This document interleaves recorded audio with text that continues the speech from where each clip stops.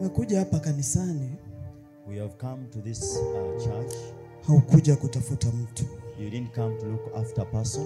Wala hukuja kutafuta mchungaji. Or you didn't come here looking for the pastor. Lakini tuko hapa kwa sababu ya Mungu. But we are here because of God. Ambaye anastahili kupata heshima. One who is worthy of all our honor. Ambaye tumeleta mizigo yetu kwake. To whom we have brought all our burdens. Kwa dakika moja. In 1 minute. Fikiria kidogo kuhusu maisha yako. Just think about your life. Mkatae shetani. Refuse Satan. Anayekuzubalisha. The one who is making you useless and you think you're looking okay. Uone tu kama ni kawaida. And you think that is normal. Lakini angalia jinsi shetani anakutesa. But look at how Satan has made maisha your life miserable. And your life is full of debts. Maisha yako ni ya madeni. Your life is full of debts. Maisha yako yamejaa magonjwa na taabu. Your life is full of illnesses and maisha yako yamejaa lawama na mateso. It is full of blames. Mwambie Bwana, nimeinua mikono mbele zako. Tell the Lord, I lift up my eyes to my heart. Nakuhitaji wewe katika jina la Yesu. In the name of Jesus Christ. Nakuhitaji wewe katika jina la Yesu. I need you in the name of Jesus Christ. Anza kutoa sauti yako mbele za Mungu. Lift up your voice before the Lord. Neno lako linasema, tell the Lord that your name is. Leteni mizigo yenu kwangu. That bring all your Mwambie tu Bwana neno moja. Tell the Lord one word. Naleta hii mizigo kwako. Nimesumbuka usiku na mchana. Lakini siku ya leo ikawe mwisho katika maisha yangu. Ninapotoka kwa ibada ya leo, naomba nikoone utukufu wako. Nguvu zote za giza, roho zinazonishikilia, kila makusudi na kazi za shetani, ninaziamuru kwa jina la Yesu zikashindwe kwa damu ya Yesu. Katika jina la Yesu, katika jina la Yesu, tunaapiza kila mamlaka na kila nguvu zote za giza, roho za mateso zinazowatesa watoto wa Mungu, katika jina la Yesu, katika jina la Yesu, navunja na haribu kazi za shetani, roho za mapepo, roho za kuzimu, nguvu za giza, na haribu roho za uchawi, roho za waganga wa kienyeji, na ziharibu kwa damu ya Yesu, kwa damu ya Yesu, kwa damu ya Yesu, kwa damu ya Yesu. Nasambaratisha ulimwengu wa giza, ulimwengu wa mapepo na mashetani, kila roho ambazo sio mpango wa Mungu, nang'oa kwa jina la Yesu Kristo, kwa jina la Yesu Kristo, kwa jina la Yesu Kristo, kwa jina la Yesu Kristo. Kila roho za mapepo, roho za magonjwa, naziamurisha kwa jina la Yesu, katika jina la Yesu, katika jina la Yesu. Navunja roho za waganga wa kienyeji, naharibu roho za wachawi, naharibu kila mipango kwa jina la Yesu, kwa jina la Yesu, katika jina la Yesu. Nang'oa kila pando ambalo alikupandwa na Mungu, naling'oa kwa jina la Yesu Kristo. Watoto wako wakawe huru. Roho Mtakatifu, tawala na tamalaki. Roho Mtakatifu, zirika mahali hapa. Tunahitaji nguvu zako, tunahitaji mamlaka yako. Tunakupigia makofi, shangwe na vigelegele, katika jina la Yesu, katika jina la Yesu. Amen. Amen. Come. May you be seated. Bwana Yesu asifiwe. Praise the Lord Jesus. Bwana asifiwe sana. Praise the Lord Jesus. Nakuomba usiwe mtu wa kuzubaa. I ask you not to be a person who's sleeping. Usizubai. Kwa sababu unapozubaa, because when you are absent-minded, unapoteza nafasi yako katika uwepo wa Mungu. You are losing your position in the presence of God. Utakuwa mtu unaingia kanisani. You'll be that person who comes in the church. Alafu unatoka vile vile. And then you leave the same way you came in. Lakini kama tunakuja kanisani. But if we come to church, tunaleta mizigo yetu kwa Mungu. We are bringing all our burdens to God. Tunaleta fadhaa zetu kwa Mungu. We bring all our problems to the Lord. Tunaleta machozi yetu kwa Mungu. We bring all our tears to the Lord. Kwa hiyo tunapomletea, and therefore when you bring to him, tunamaanisha, we mean it. Shetani asikudanganye ukarudi vile ulivyoingia. Let not Satan make you go back the way you came. Mara nyingi shetani many anakuonesha mtoto umebeba. He will show you the child you're carrying.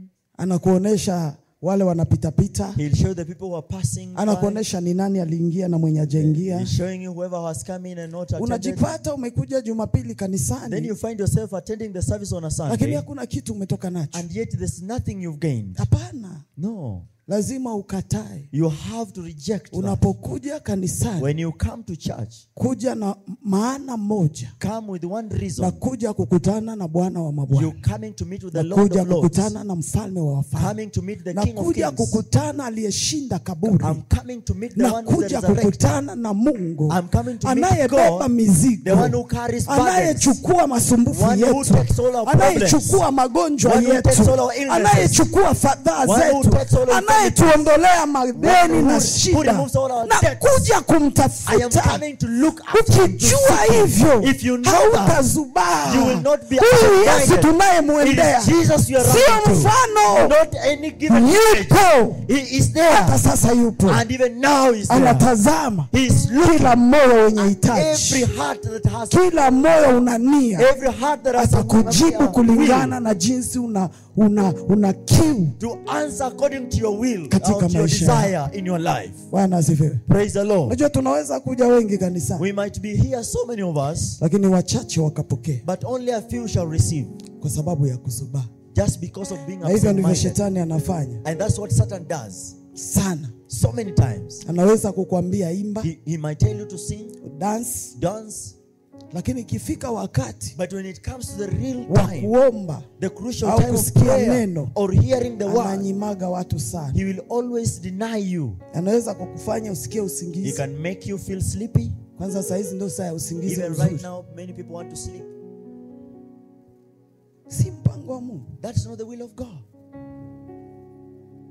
Ukiona hiyo hali, when you feel such a state, jua wewe umekumbwa na shetani, lazima uanze kukataa. Know that Satan has taken over you and begin rejecting that.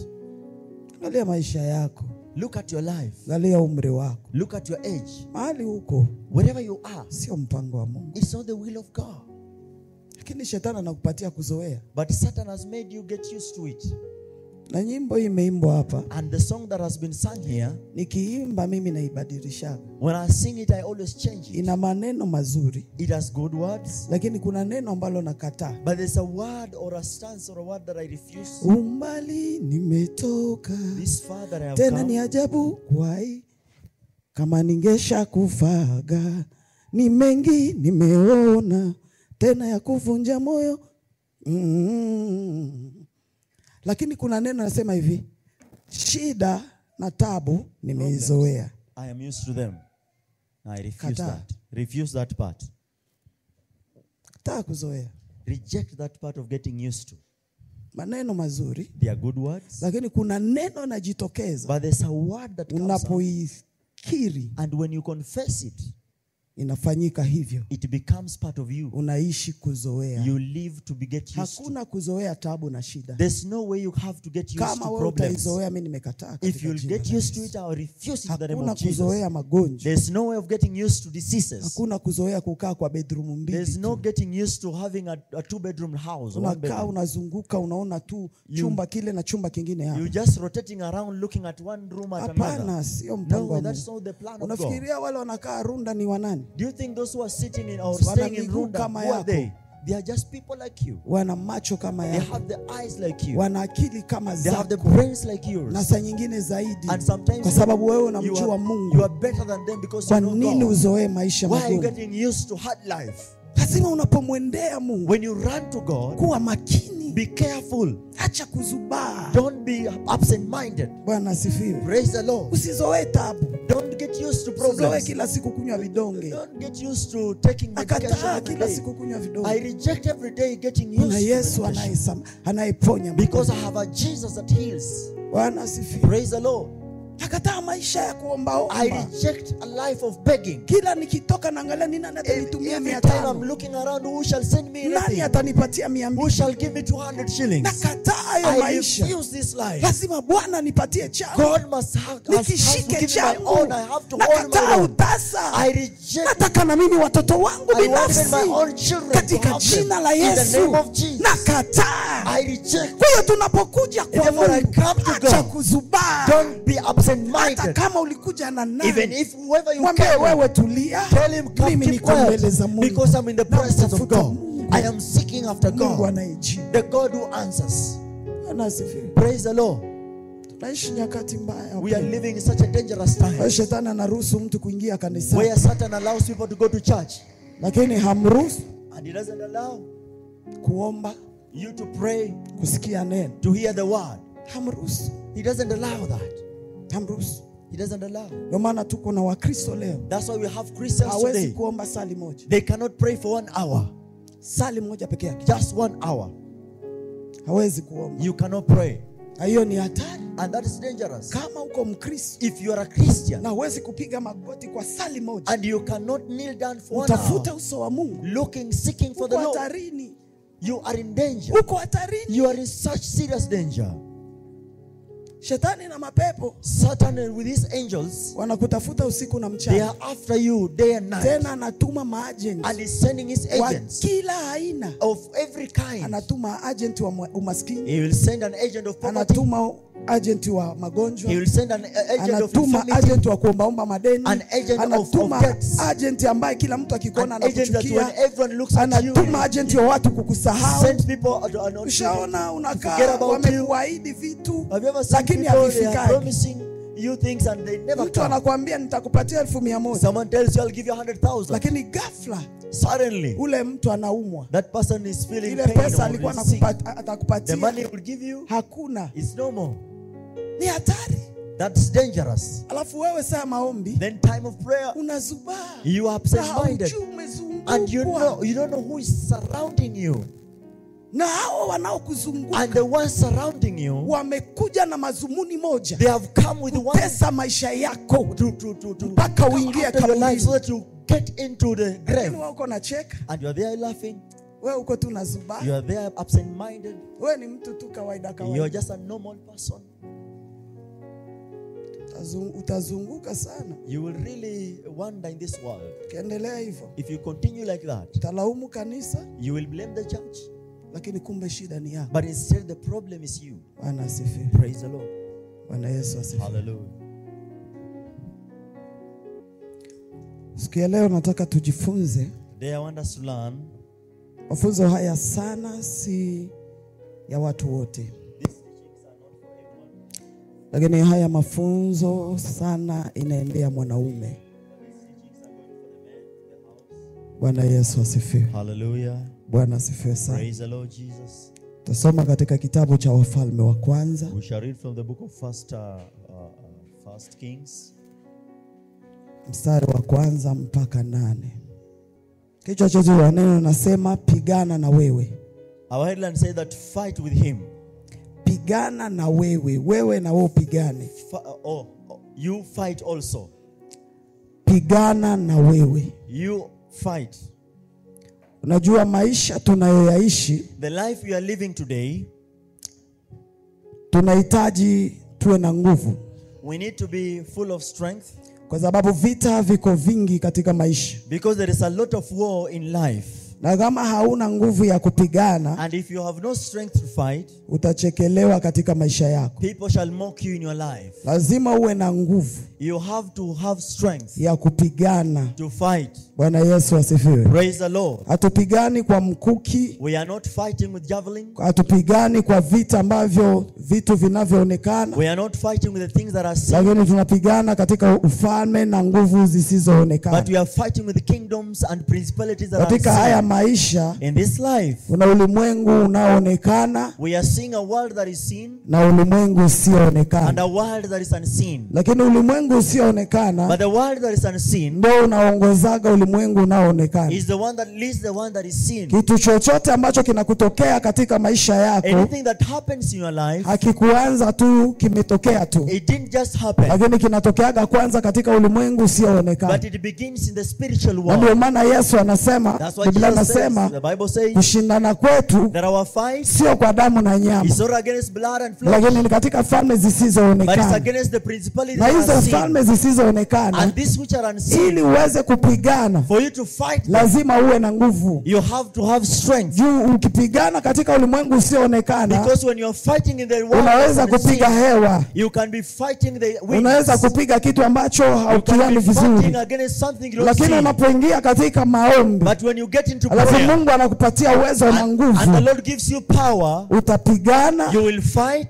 utapigana you will fight, na utatokea kuwa mshindi. and you'll become a victor. Kwa hiyo lazima na wewe upigane. And therefore you have to fight too. Biblia inasema ya kuwa Bible says, walio na nguvu ndio watakaoteka ufalme wa Mungu. those who are violent are the one who shall take over the kingdom. Kwa hiyo katika ufalme, And therefore in the kingdom, usipokuwa na nguvu, if you are not violent, hauwezi kuteka ufalme wa you Mungu. shall not take over. Lazima uwe na nguvu. You must have strength. Bwana Yesu asifiwe. Praise the Lord. Bwana asifiwe. Hallelujah. Kwa hiyo hapa tunaona Daudi, Therefore we see David, na huyu Daudi and this David, anaomba ruhusa he is asking for a permission mbele za Mungu before the Lord kwenda kupigana to go and fight, ili kwenda kuchukua watu wake. so that he takes his own people back. Habari za vita The news we are talking about, hazikuanza leo. it didn't begin to yesterday. Musa alijivunia sana Joshua, Moses really was proud of Joshua, kwa sababu Joshua because Joshua alikuwa mtu wa vita. was a person of war. Wakati Man of war. mwingi Many a time, Musa akiwa mlimani when Moses is the hills of the anainua mountains, mikono yake, lifting up his hand, Joshua alikuwa huku chini Joshua was in the valley, akipigana vita. and fighting. Kwa hiyo maisha yake Therefore his entire alikuwa life anapigana was vita. fighting. Huku anabeba bunduki, Today he's carrying maybe huku anabeba Mungu. he's carrying God at the same Kwa hiyo time. maisha ya mteule, And therefore life of a beloved siku baada brother, ya siku, day after day, lazima upigane. you have to fight.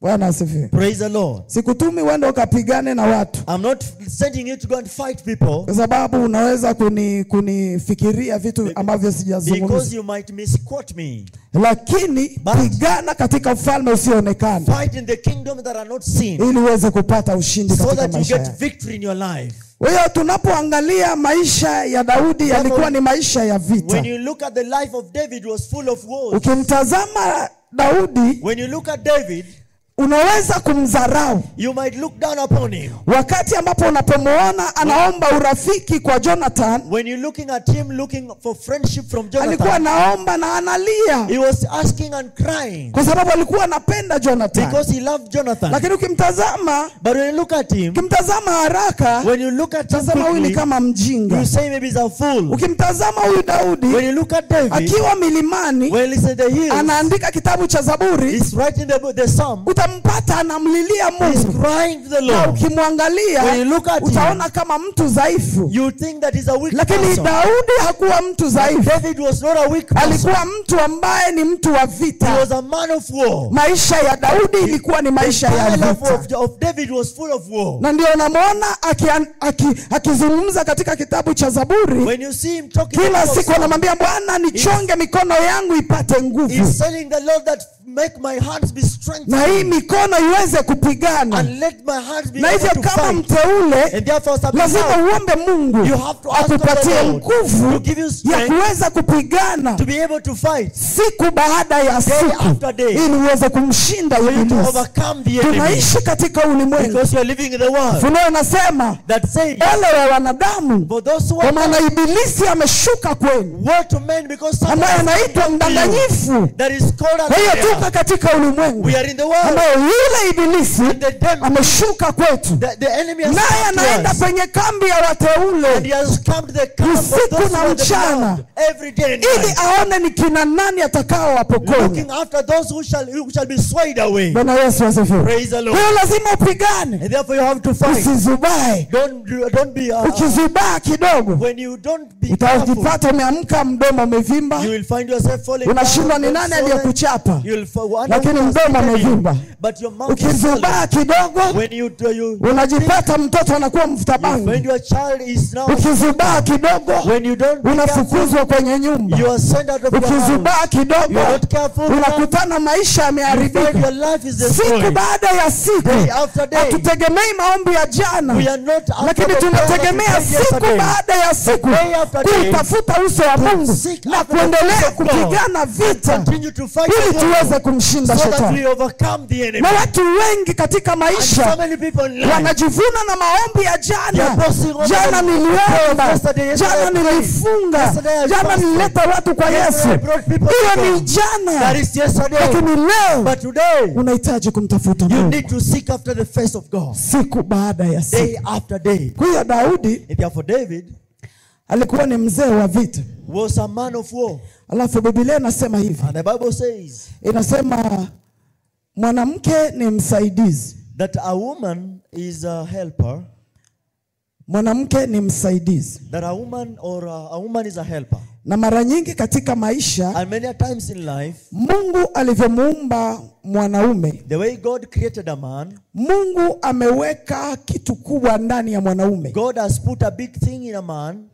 Mungu ameweka utawala ndani ya mwanaume. God has put ukiona mtu amelala muamshe. If you see someone sleeping, please. Mungu ameweka utawala ndani ya mwanaume. God has put rulership in a man. Mwanaume awe mtoto, be it a young child, awe mkubwa, be it an elderly man. Ndani yake Mungu ameweka simba. God puts a lion, si kondoo, not a sheep. Anaweza onekana mpole, might be maybe quiet, pande mmoja akawa mpole, on one side is lakini pande nyingine ya mwanaume, on another side of is a man, ni simba. That is a lion. Kwa hiyo Mungu alimuumba mwanaume, and therefore God created a man, kuwa kichwa, to be the head. Na anapokufanya kuwa kichwa, when he makes you to be the maana yake kiongozi. It means the leader. Bwana Yesu asifiwe. Praise the Lord. Lakini shetani, but Satan, ameharibu kile ambacho Mungu anafanya. Has destroyed the plans of God. Unapokuwa mwanamke, when you become a woman, ukipata mwanaume and you find a man ambaye hana uongozi, that doesn't have leadership, huyu mwanamke anakuwa kwenye shida. This woman becomes kwa sababu Mungu alivyomuumba mwanaume, the way God created alimpa kuwa kiongozi, made him to be a leader, alafu mwanamke and a woman ni msaidizi, to be a helper. Msaidizi, a helper, ni yule ambaye anasaidia. Is the one who helps. Nimeanzisha jambo, I have begun something, nisaidie. Please help me. Sio unaanzisha. Not you beginning it. Hivyo ndivyo Mungu aliumba mwanaume. That is how God created a man. Mwanaume anaanza kwanza. A man begins first. Alafu mwanamke anamsaidia. And then a woman comes to help. Lakini shida ambayo tuko nayo, but the problem we have today, wanaume wengi, so many men, asilimia karibu 20-25, about 25%, tumeanza kupoteza, we have begun losing wanaume ambao men Mungu aliyowaumba. That God created. Kwa sababu kama ukiwa mwanaume, because if you are a man, hauko pale kutegemea mwanamke. You are not there to after woman or to be. Lazima uanzishe jambo. You have to begin something. Hata kama ni dogo. Even if it's so small. Lakini ulianzishe. But you began it. Alafu huyu mwanamke, and then the woman, akusaidie. Will help you. Mwanaume anaweza kuwa na mshahara wa 500. A man can have a salary of 500. Alafu mwanamke akakuwa na mshahara ambao ni wa 10,000. And then the woman maybe has 10,000. Ndio mwanamke ana pesa mingi. Yes, the woman has more money. Na wewe mwanaume una kidogo. You have little. Lakini Mungu, but God, hazarau kilicho kidogo. Upon the little. Kwa kile kidogo, anza kukitengeneza. make it. Na kumwambia mwanamke, naanzisha hiki, sina hii, naamini Mungu, Mungu atafanya. Kwa hiyo huyu mwanamke, kwa sababu yeye ni msaidizi, anaweza kuona 500, akakuangalia, mwanaume wangu ana akili ya kufanya hiki na kile, nitamsaidia. Bwana asifiwe. Hallelujah. Lakini kupata mwanaume ambaye anavaa trouser, ambaye anavaa suti, lakini hana misuli ambayo ni ya kufikiria, ni mwanaume ambaye akisikia shida kidogo anakimbia, akisikia shida hawezi kuikabili. Mungu alivyomuumba mwanaume si wa kukimbia matatizo, lazima uyakabili. Lakini ukikutana na mwanaume ambaye anakimbia alafu mwanamke anabakia, huyo sio mwanaume. That's not a man. Tanisamehe kusema hivi. You will allow me not just to say that. Forgive me. Wanawake wengi wanateseka, so many women are suffering, kwa sababu walikutana na wanaume because they met men ambao wamepoteza utawala, that have lost their leadership. Mwanaume ni kichwa, a man is the head. Hakuna siku mwanamke atafanana na mwanaume. There's no day a woman will look like a man. Dunia inasema, the world says 50-50. 50-50. Hakuna 50-50 kwa mwanaume na mwanamke. There's no half between a man and a woman. Mungu alivyotuumba, the way God created sisi ni tofauti sana na mwanaume. Different from men. Mwanaume, a man, ni Mungu amemweka juu. God has exalted. Mungu amempatia utawala. He has given him leadership. Mungu amempatia heshima. He has given him honor. Ndio maana unamwona Mungu, that's why you see God anamwambia Adamu, he tells Adam, anza kutaja majina, begin to name, kwa sababu hii ni kazi yako. Because this is your work. Na wakati anataja majina ya wanyama, mwanamke hakuwepo, there was no woman. Mwanaume akaanza, and the man began. Bwana Yesu asifiwe. Praise the Lord. Akaanza kutaja, huyu ni simba, huyu ni punda, huyu ni hivi, huyu ni hivi. Mwanamke anakuja kutokea, vitu vyote vimefanyika, na kampata yule mwanaume, tayari ameanza kazi. Already has begun working. Bwana Yesu asifiwe. Praise the Lord Jesus. Lakini dunia, but the world leo inasema 50-50. Today says half. Lakini sio mpango wa Mungu. But that's not the plan of God. Mwanamke ametoka kwenye ubavu wa mwanaume. A woman has been created from the unapotoka kwenye ubavu wa mtu, when you originate hamwezi kuwa 50-50. You cannot be half. Hapana. No way. Lakini leo wanaume hawafurahi kuwa wanaume. They are not happy to be men. Na Mungu amewaheshimu kuwa wanaume. And God has honored you kuwa vichwa, to be the head, kuwa viongozi, to be the leader. Unapata mwanaume leo anavaa nguo ya mwanamke na anacheka na furahi, hajui amejishusha chini kiasi gani. Unampata mwanaume anasuka nywele tu kama mwanamke. Unamuona mwanaume anaanza kujifanya kama mwanamke. Mwanaume mzuri sio sura, sio ndevu, lakini mwanaume mzuri ni akili ya uongozi. Unajua jinsi utaweza kuongoza familia yako. Bwana Yesu asifiwe. Lakini leo tunajaza ndevu lakini hatuna akili. But today we are having beards but we don't have brains. Sio mpango wa Mungu. That's not the will of God. Bwana asifiwe. Praise the Lord. Bwana asifiwe. Hallelujah. Kwa hiyo Mungu anapomuumba mwanaume, God creates a man, amempatia heshima zote. He gives him honor. Leo dunia inasema mtoto kwanza, child first, mwanamke, and then a woman, mbwa, and then a dog, alafu mwanaume. Sio mpango. That's not the will of God. Sio mpango wa Mungu. That's not the will of God. Mwanaume kwanza, man first, vitu vingine nyuma, and then others follow. Bwana Yesu asifiwe. Hallelujah. Lakini imeanza kuwa hivi. But it has changed. Everything has begun to change. Kwa sababu wanaume leo, because men today, yuko tayari kujaza ndevu, they are ready to have big beards, so kujipaka poda, and put on powder, tafuta mwanamke mwenye pesa, and look for a woman that has amweke, money, so that they be kept married. Kept. Enda kachimbe mifereji. Go and do some dirty work out here. kuwa mchafu, be dirty. Lakini jioni, But in the evening, rudia na 200. come back with the 200. Ile 200 yako your 200 itakupatia heshima. will respect Huyu you, anapokuja na 1,100 when she yake, comes with 100,000 akupate shillings, umeanzisha let maisha. her find you beginning life already. Lakini acha kutembea tembea. But don't walk around. Ni nani aliyekuwa na gari? Who this one Ni nani ambaye nitaenda kulala naye, nimuoneshe mapenzi mpaka anipatie? Maybe love so that he may give me. Ana tusaidie. May God help us. Kwa hiyo Daudi, Therefore David, ni mwanaume tosha. he is a man that is enough. Mwanaume ambaye He is a man Mungu alimuumba kama that kiongozi. created him as a leader. Biblia inasema walienda The kupigana, Bible says they went to fight. wakaenda wakapata ushindi huko. They went and they got victory. Lakini walipokuwa wanarudi, But when they were coming back, walikuwa najua watapigiwa makofi, they knew that there will be a welcome. kutakuwa na There will vigeregere, be people wake watasimama kwenye milima, and singing for them. watawaona waume zao wanakuja, When they see their men come, wanafurahia. they'll be happy. Lakini But wakiwa mbali, while they are far away, wakaona Ziklag kunatoka moshi, they see Ziklag on fire.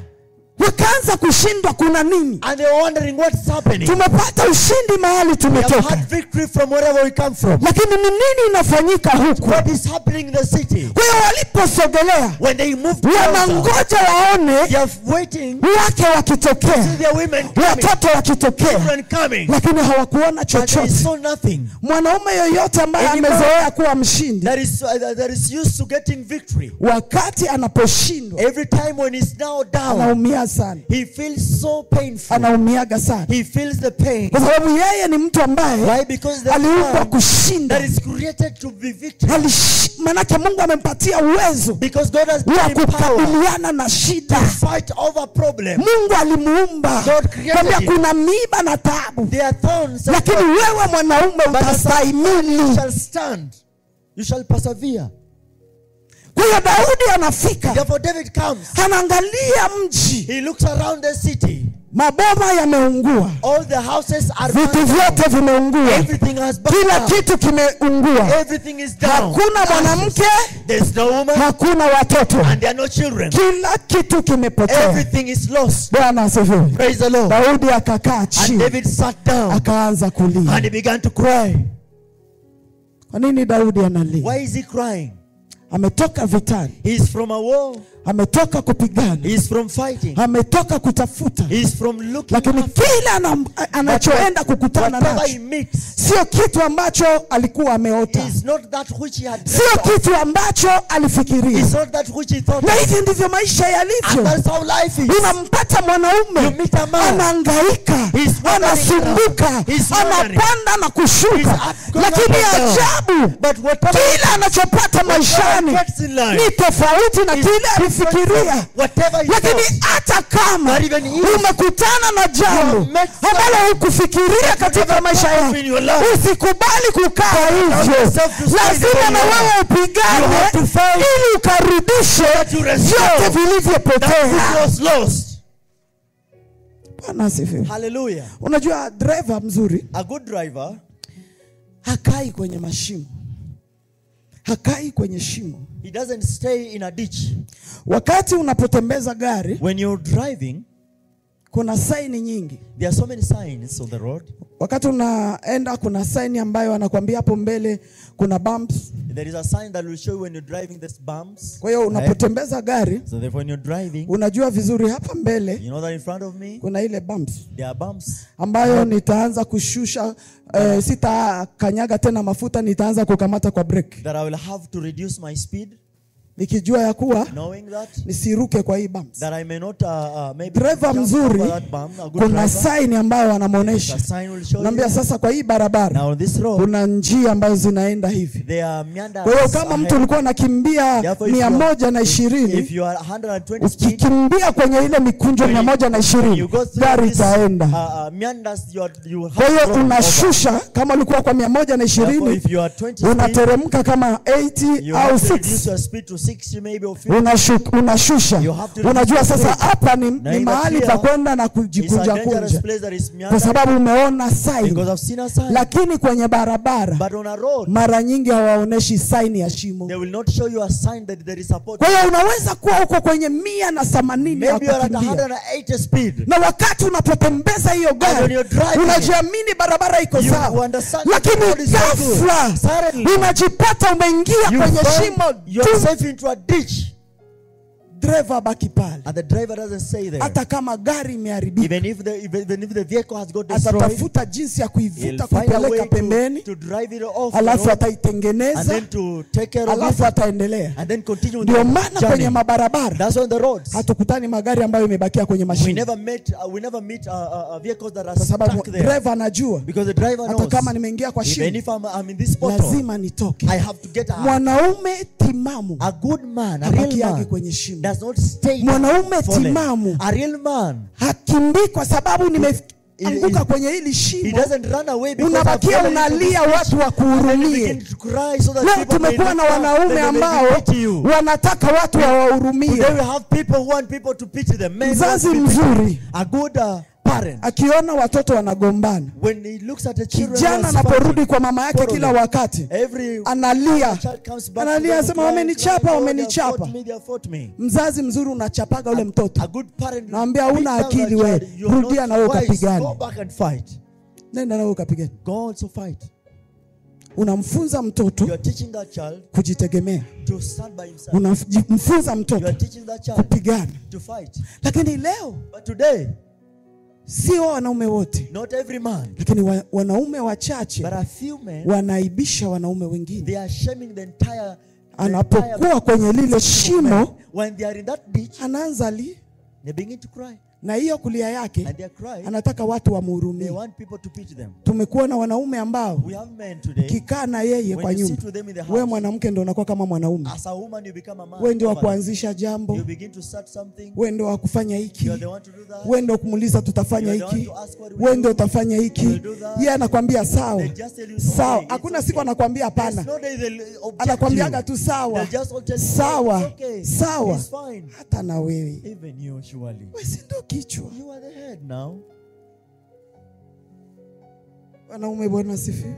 Men, God bless you. Mungu amewaheshimu. God has honored you. Amewafanya vichwa. Has made you the heads. Hatuwezi fanana. We cannot never be alike. Hatuwezi fanana. We can never be the same. Mwanamke hawezi fanana na mwanaume. Man can never be like mwanaume. Mungu amempatia neema. God has given him grace ya kuwa kiongozi. To be the leader. Anasifiwe. Hallelujah. Tunakuwa na shida. We have problems. Ndoa nyingi leo zinakufa. So many marriages are dying. Kwa sababu tunakutana na wanaume because we meet men ambao sio viongozi. That can never be leaders. Wanakimbia. They are running away, escaping. Hawapigani na wao. They are never fighting. Ukipenda mtu utampigania mpaka kesho. If you love someone, you will fight for that person. Pamoja na udhaifu wake utampigania.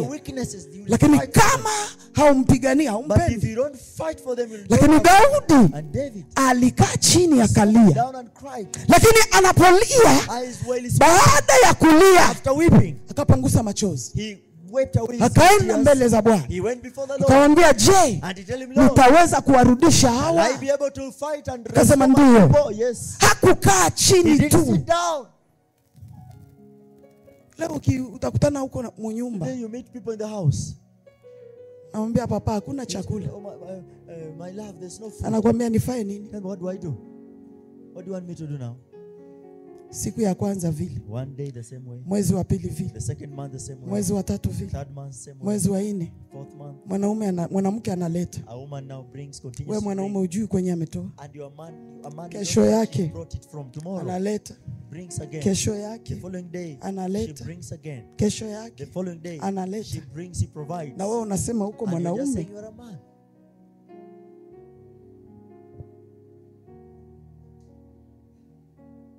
Mbona usiingie kwenda kufanya hata kazi ya nyumba? Why don't you try and go do something, even become a maid servant?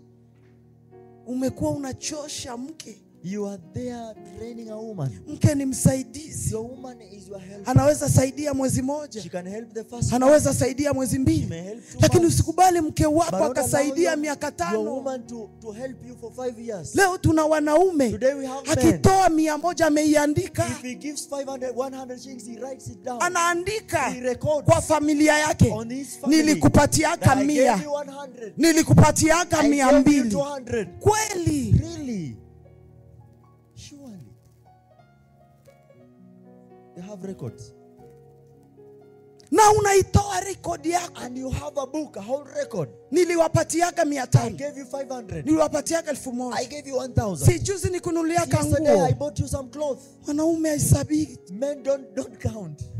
Mwanaume haisabii. Men don't count. Mungu alivyomuumba mwanaume. The way God created a man. Ndio maana amemweka mishipa. That's why they have veins all over their body.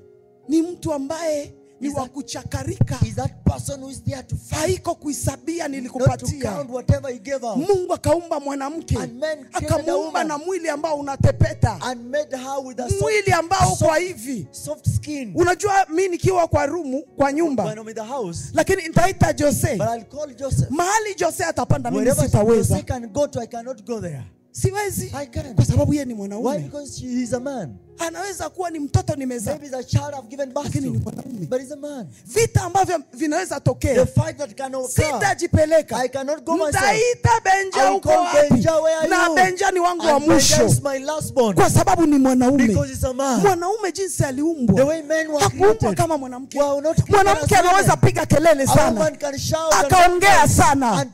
Lakini mwanaume mdogo atamchapa vizuri. Will beat him, tamweka chini. And put her down. Hiyo Mungu amekupatia heshima. God has given you honor.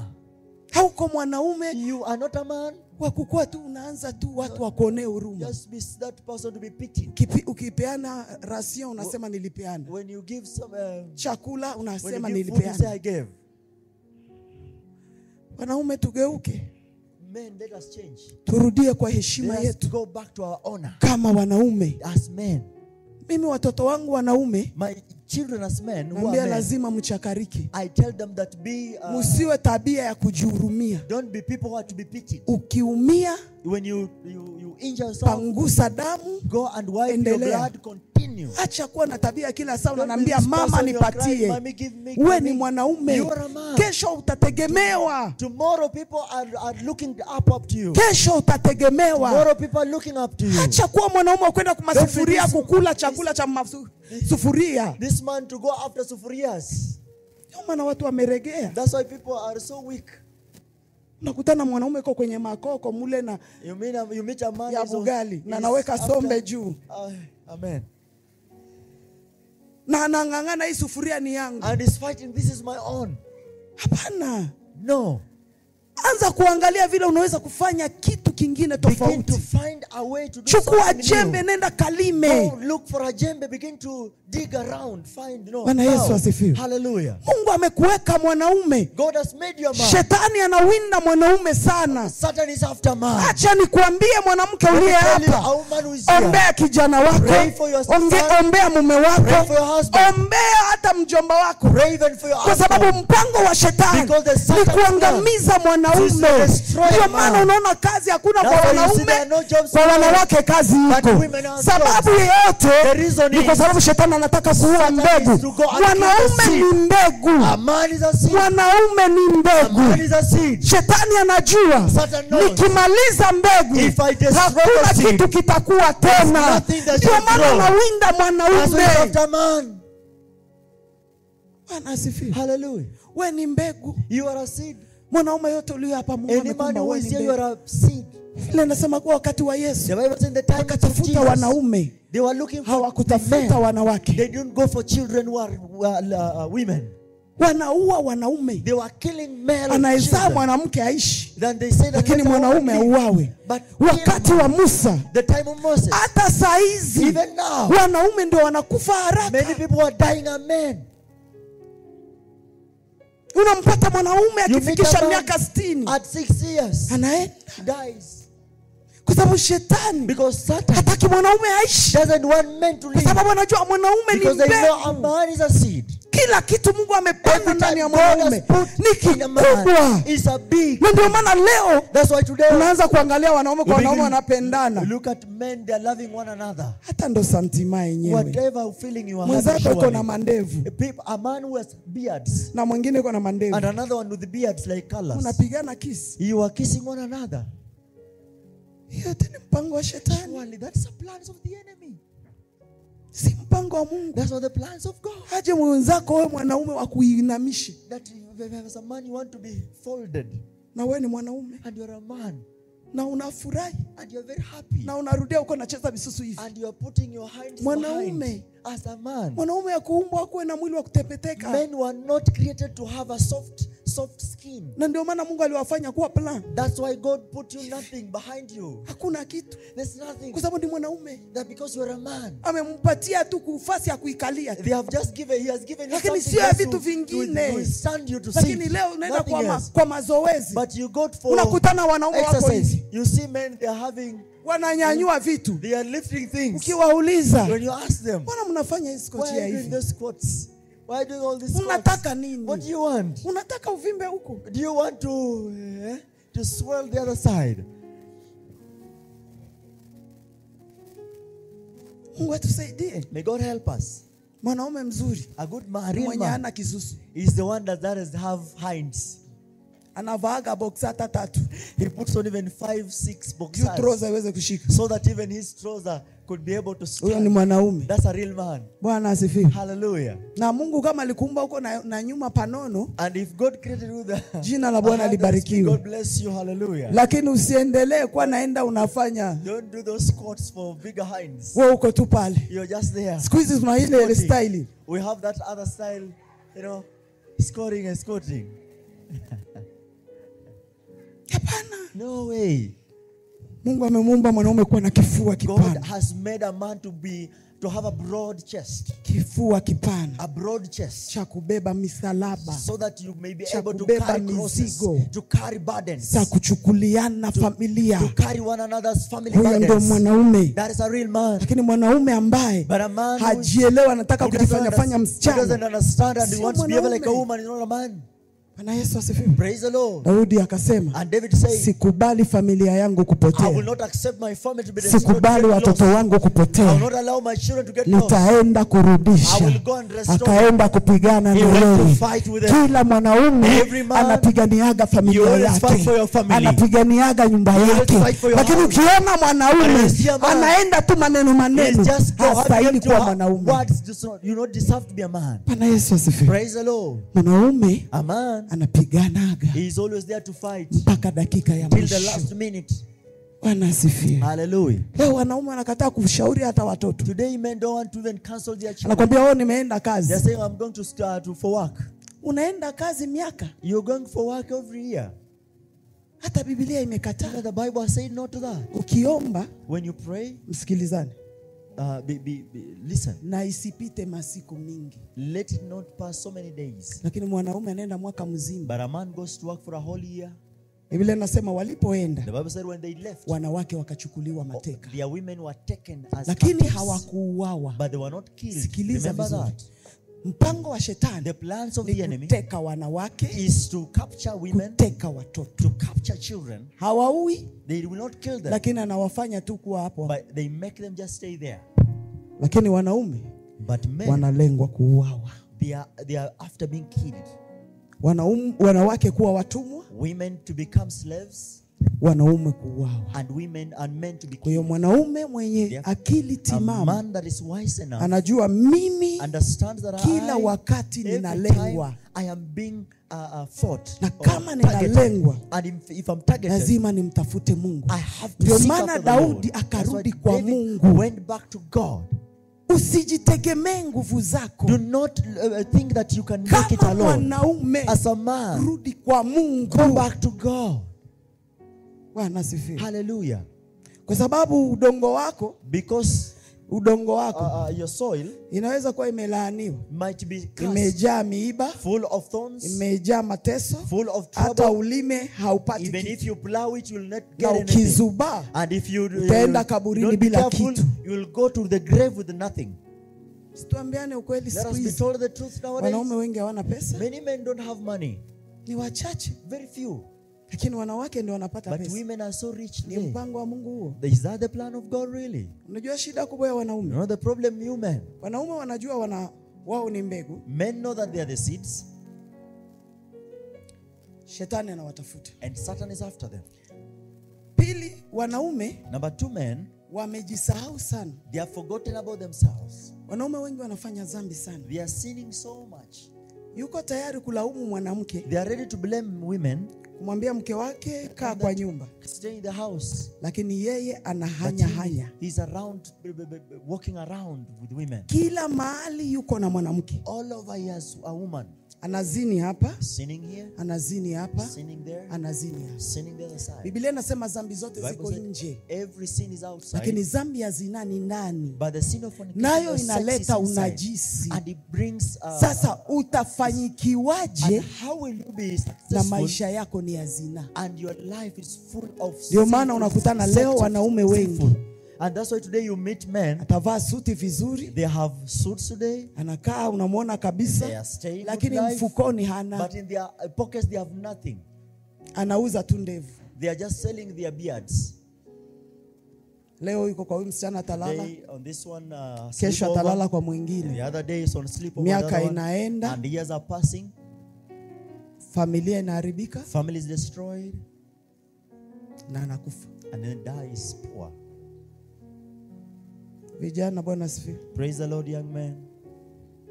Kuna mguu mmoja, There's one foot, ambao una jicho moja. a foot, one foot that has one eye.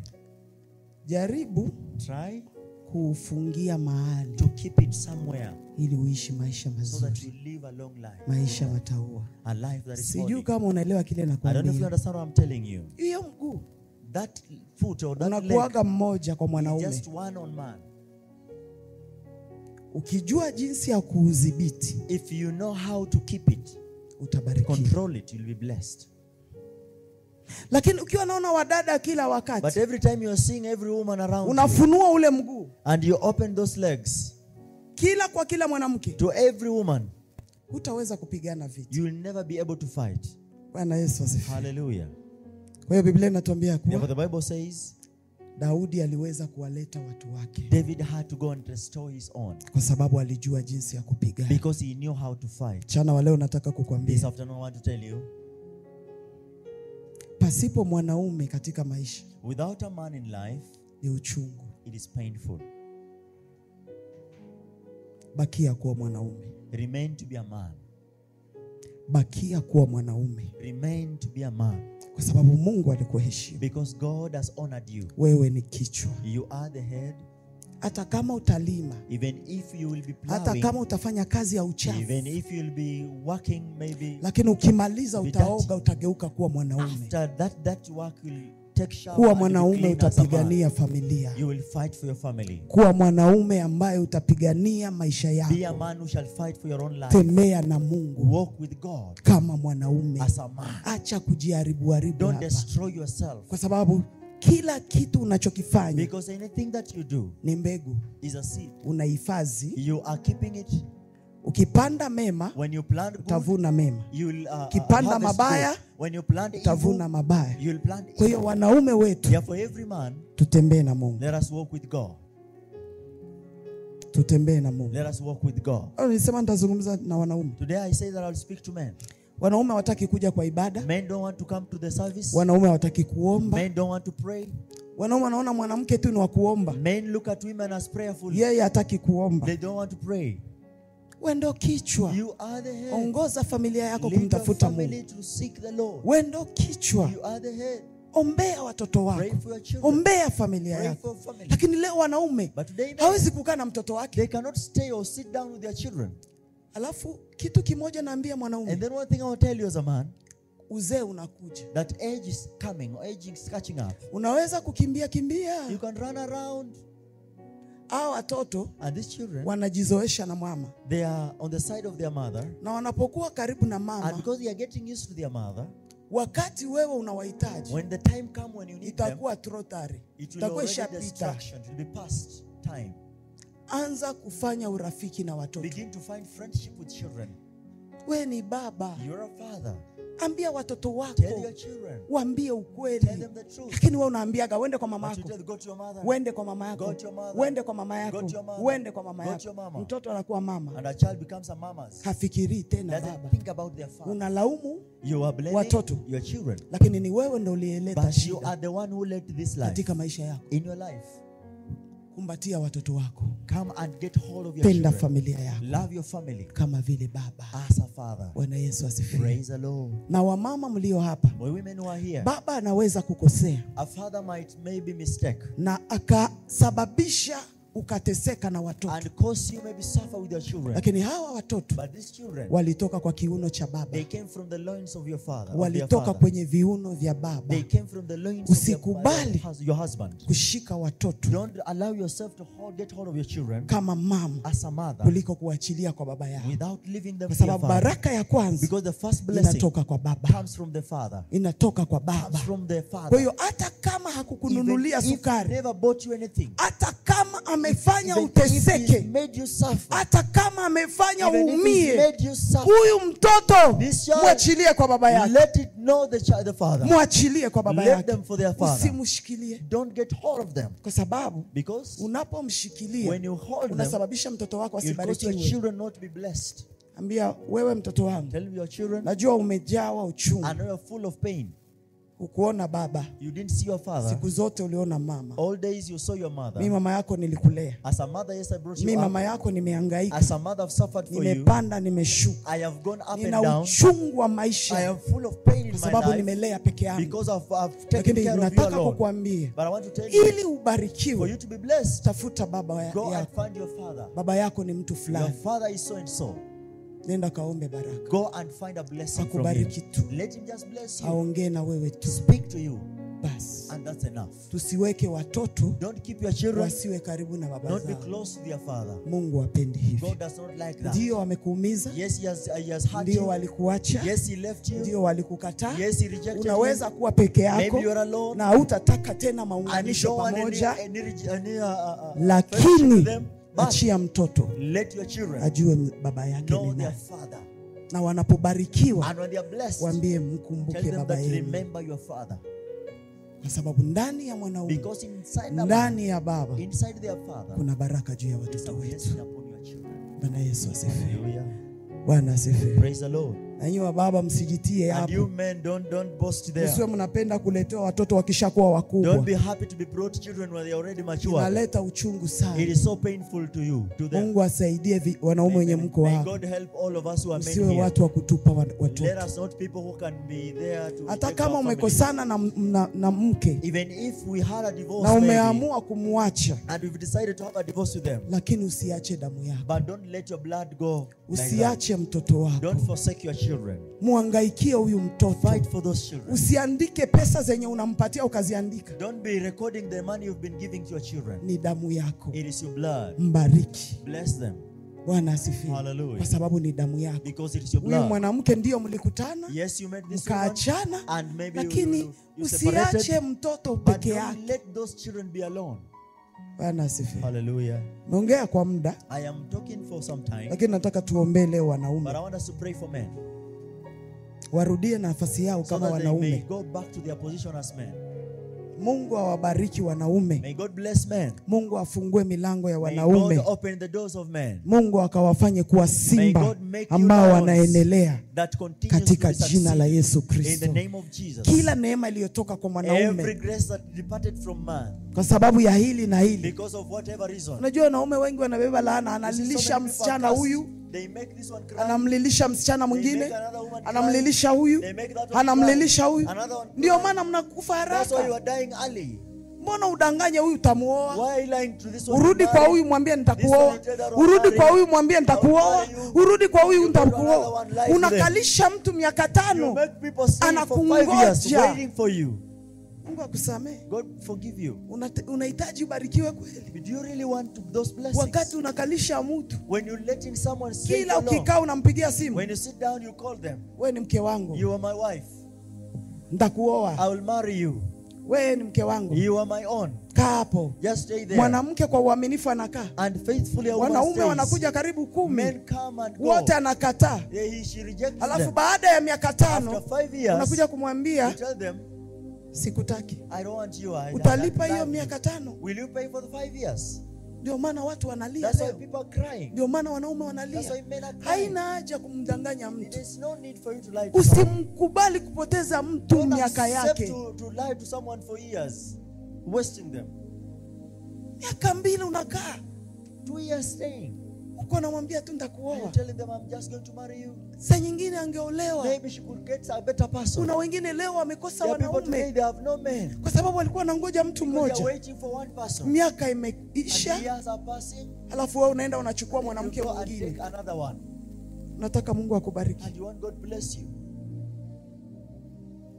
Kuna vilio vinalia. There are so many cries Wanawake around. wengi wamelia Many women are crying kwa sababu ya kudanganywa. because of being lied. Unamsomesha mwanaume, You take care of a man, take him to school. unamlipia nyumba yake, You pay for house rent. unafanya kila You kitu. do so many Najua things. anakuambia usiolewe, And they tell you don't get married. alafu siku ya And kutaka the kuoa day of marriage, anakuacha, he forsakes you anaenda kwa mwingine. and go to another person. Wanaume tusimame peke yao.